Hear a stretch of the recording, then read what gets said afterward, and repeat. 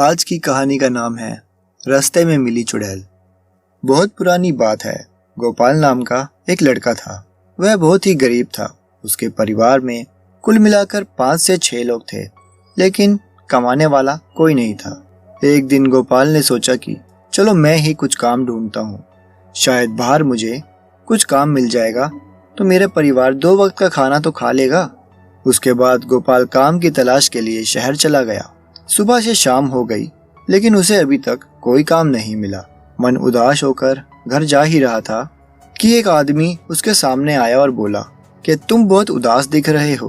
गोपाल ने बोला, मैं सुबह से काम ढूंढ रहा हूँ, लेकिन मुझे कोई काम नहीं दे रहा, इसलिए उदास होकर घर जा रहा हूँ। उस आदमी ने कहा कि मेरा एक कपड़े की दुकान है, वहाँ पर मैं तुम्हें काम दे सकता हूँ, बोलो मेरे पास काम करोगे? तो गोपाल ने झट से बोला, हाँ मालिक, मैं काम करने के लिए तैयार हूँ। तो उस आदमी ने बोला, ठीक है, कल से तुम काम पर आ जाना। इतना बोलकर वो चला गया। गोपाल बहुत खुश हो गया और अपने घर चला गया। घर जाने के बाद अपने परिवार वालों से बताया कि मुझे काम मिल गया है, तो घर वाले भी बहुत खुश हो गए। गोपाल ने दूसरे दिन से काम पर जाना शुरू कर दिया। उसके घर से दुकान लगभग 10 किलोमीटर की दूरी पर थी।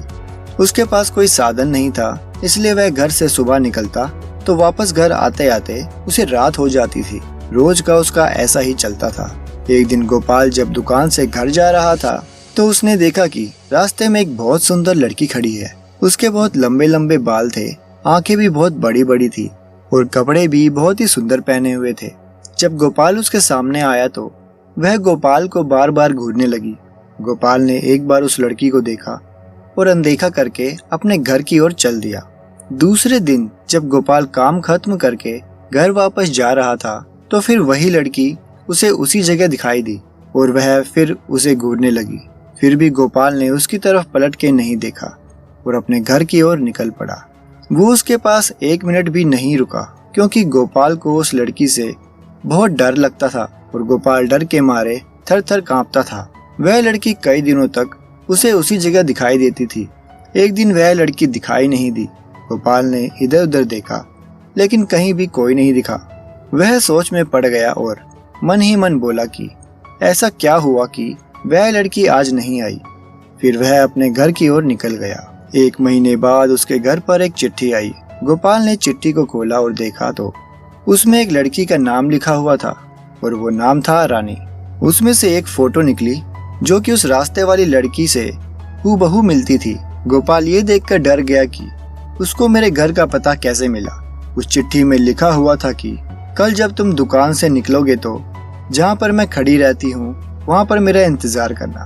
गोपाल उसके दूसरे दिन अपना काम खत्म करके दुकान से निकलकर उसी जगह पर पहुँच गया जहाँ वह लड़की खड़ी रहती थी।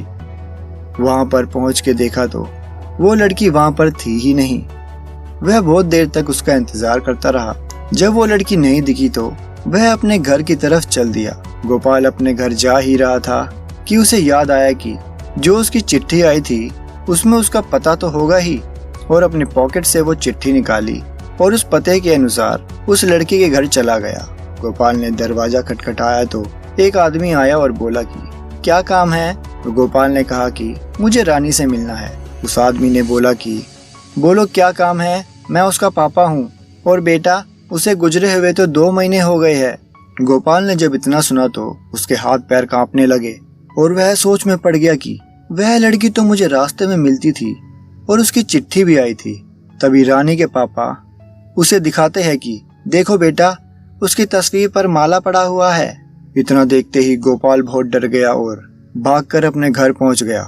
फिर उसने उस चिट्ठी को जला दिया। उसके बाद गोपाल बीमार रहने लगा। घर वालों ने बहुत इलाज कराया, फिर भी कोई फायदा नहीं हुआ। उसका काम भी छूट गया था। गोपाल को अक्सर मरी हुई रानी का चेहरा सोते हुए नजर आता था। ये सब बातें जब गोपाल ने अपने घर वालों को बताई, तब घर वालों ने तांत्रिक बाबा को बुला के गोपाल का इलाज करवाया। उसके बाद गोपाल ठीक हुआ। तो दोस्तों, आपको आज की ये कहानी कैसी लगी? आप अपना जवाब हमें कमेंट सेक्शन में कमेंट करके जरूर दीजिए। और दोस्तों, अगर वीडियो अच्छी लगी है तो इसे लाइक करें, अपने दोस्तों के साथ शेयर करें और ऐसी और भी हॉरर स्टोरीज सुनने के लिए हमारे चैनल के साथ जुड़े रहिए। धन्यवाद।